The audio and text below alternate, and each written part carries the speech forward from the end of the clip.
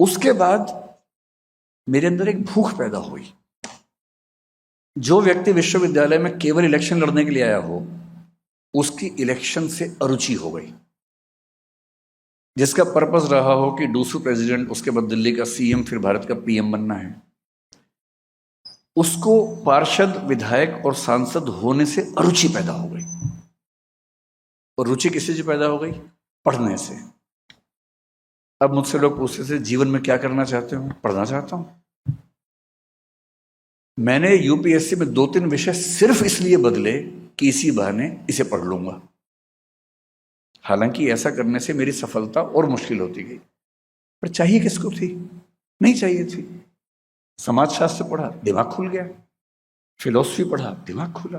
Political science पढ़ा, बाद में एलएलबी किया, लॉ किया, सब कुछ पढ़ने का मन किया। आज भी पढ़ता हूं।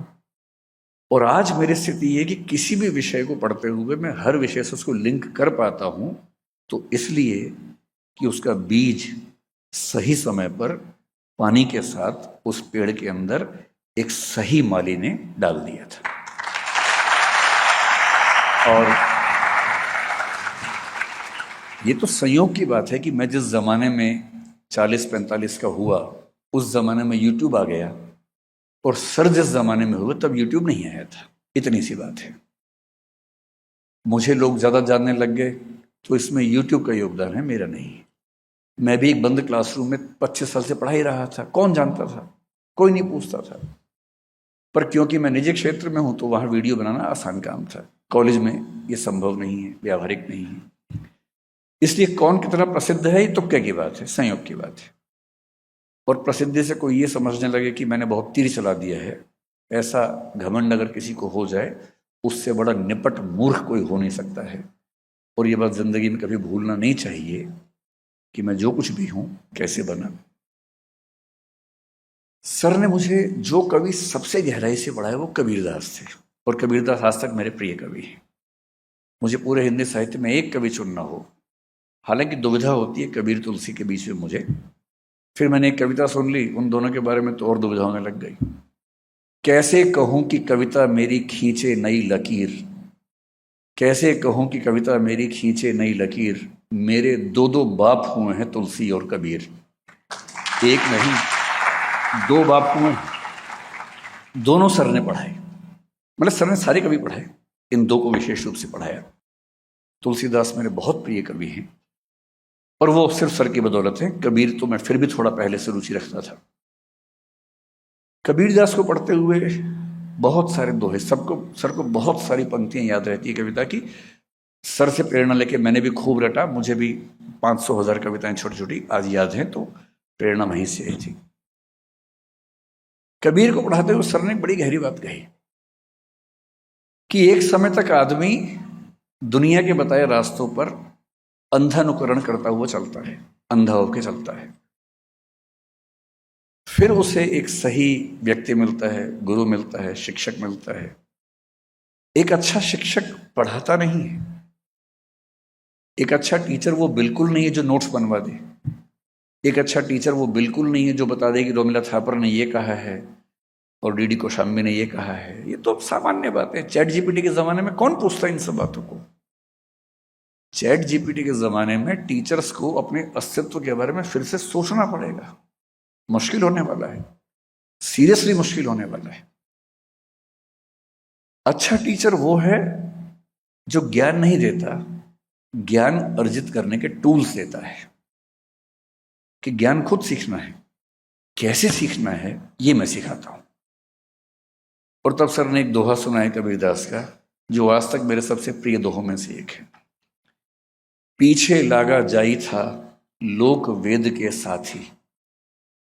कि लोक समाज जो कहता है और वेद जो कहते हैं, मैं उसके पीछे पीछे अंधा होकर चल रहा था। पीछे लगा जाई था लोक वेद के साथी, आगे तैं सतगुर मिल्या दीपक दिया हाथी। आगे से सतगुर मिला, उसने मेरे हाथ में दीपक दे दिया। ज्ञान नहीं दिया, किताब नहीं दी, दीपक दिया। और बुद्ध के भाषा में कहा, अप दीपो भव, अपने प्रकाश स्वयं बनो, अपने प्रकाश की तलाश खुद करो। तब मुझे लगने लगा कि जिन बने बनाए रास्तों पर मैं चल रहा हूं, उससे पहले मेरी विचारधारा एकदम निश्चित थी। मैं आरएसएस का कट्टर समर्थक था, घोषित मेंबर नहीं था लेकिन समर्थक था। अयोध्या आंदोलन में मुझे जाने की बड़ी इच्छा थी, मैं जा नहीं पाया, बड़ा दुख था मुझे इस बात का। बाकी कई दोस्त गए थे, मैं नहीं जा पाया था। और मैं जानबूझ के सब बातें सच बोलता हूं ताकि झूठ क्यों बोलूं, मुझे झूठ बोल के क्या मिल जाएगा, मैं ऐसा था। फिर जब मैं विश्वविद्यालय में पढ़ने लगा मैं वामपंथी हो गया ठीक ठाक।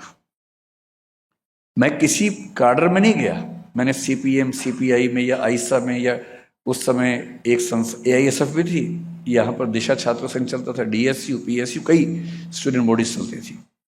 मैं किसी का मेंबर कभी नहीं बना, पर मुझे उन लोगों से बात करके और समाजशास्त्र पढ़ के, मार्क्सवाद पढ़ के बड़ा अच्छा लगने लगा। मैं इधर से भाग के उधर चला गया, अब मैं ये हूं।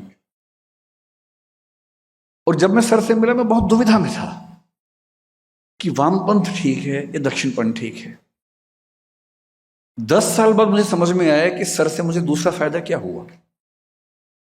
पश्चिम में 18वीं सेंचुरी में एक दार्शनिक हुआ कांट, जो मेरे ख्याल से पूरे पश्चिम की दुनिया का सबसे बड़ा दार्शनिक है। अगर मुझे कहे कि पश्चिम की दुनिया में पहले दार्शनिक थेलीस से लेकर वर्तमान दर्शन के लोगों तक, विटगेन्स्टीन तक, आपको एक चुनना हो जिसने पूरे दर्शन की धारा को चेंज कर दिया, आमूलचूल बदलाव कर दिया, तो वो इमैनुअल कांट है, जर्मनी का 18वीं सेंचुरी के दार्शनिक। जब वो बड़ा हो रहा था उसके सामने दो रास्ते चल रहे थे। एक को रैशनलिज्म या बुद्धिवाद कहते थे, एक को एम्पेरिसिज्म या अनुभववाद कहते थे। रैशनलिज्म में लाइबनिज नाम के एक बहुत प्रख्यात चिंतक चल रहे थे, अनुभववाद में ह्यूम बहुत प्रख्यात चिंतक थे, इंग्लैंड के थे। कांट ने लिखा कि मैंने लाइबनिज को पढ़ा, मुझे लगा ये तो अंतिम सत्य है, इससे बड़ा सत्य क्या हो सकता है, और मैं उसके पीछे चलने लगा। इसी बीच में ह्यूम की किताब मेरे हाथ आ गई और ह्यूम को पढ़ा तो मुझे लगा अरे यार वो तो ऐसे ही बोल रहा था, अंतिम सत्य तो ये है। तो कुछ दिन में अनुभववादी बना रहा। कुछ दिन बाद फिर लाइबनिज को पढ़ा तो मुझे लगा नहीं, यही है अंतिम सच, यही है। फिर ह्यूम को पढ़ा तो लगा ना, इससे अंतिम कुछ हो ही नहीं सकता है। और फिर वो लिखता है, इस कंफ्यूजन से मैं इतना परेशान हुआ, इतना परेशान हुआ, अंत में मैं समझ गया कि अपना ही रास्ता बनाना होगा। और वहां से एक नई थॉट पैदा हुई जिसको क्रिटिसिज्म कहते हैं, समीक्षावाद कहते हैं, जो पश्चिम के दर्शन की सबसे गहरी थॉट बनकर उभरी। सर से मिलने से पहले मैं भी दक्षिणपंथ वामपंथ के बीच में झूलता था, कभी ये खींचता था कभी वो खींचता था। फेमिनिज्म पढ़ा तो मैं फेमिनिस्ट हो गया कुछ दिनों के लिए। अम्बेडकर बात पढ़ा, मैंने कहा अंतिम सच तो ये था, ये कहां छुपा हुआ था। संतुलन नहीं था। और जब बहुत सारे विचार आपको खींच रहे हैं और आप संतुलित ना हो तो आप क्या होगा, घंटे के हिसाब से आप अलग अलग वाद के शिकार होते रहते हैं। सुबह आप संघवादी थे, शाम को मार्क्सवादी हो गए हैं, दोपहर को फेमिनिस्ट होते हुए निकले हैं, रात को किसी से बात हुई अम्बेडकरवादी हो गए थोड़ी देर के लिए।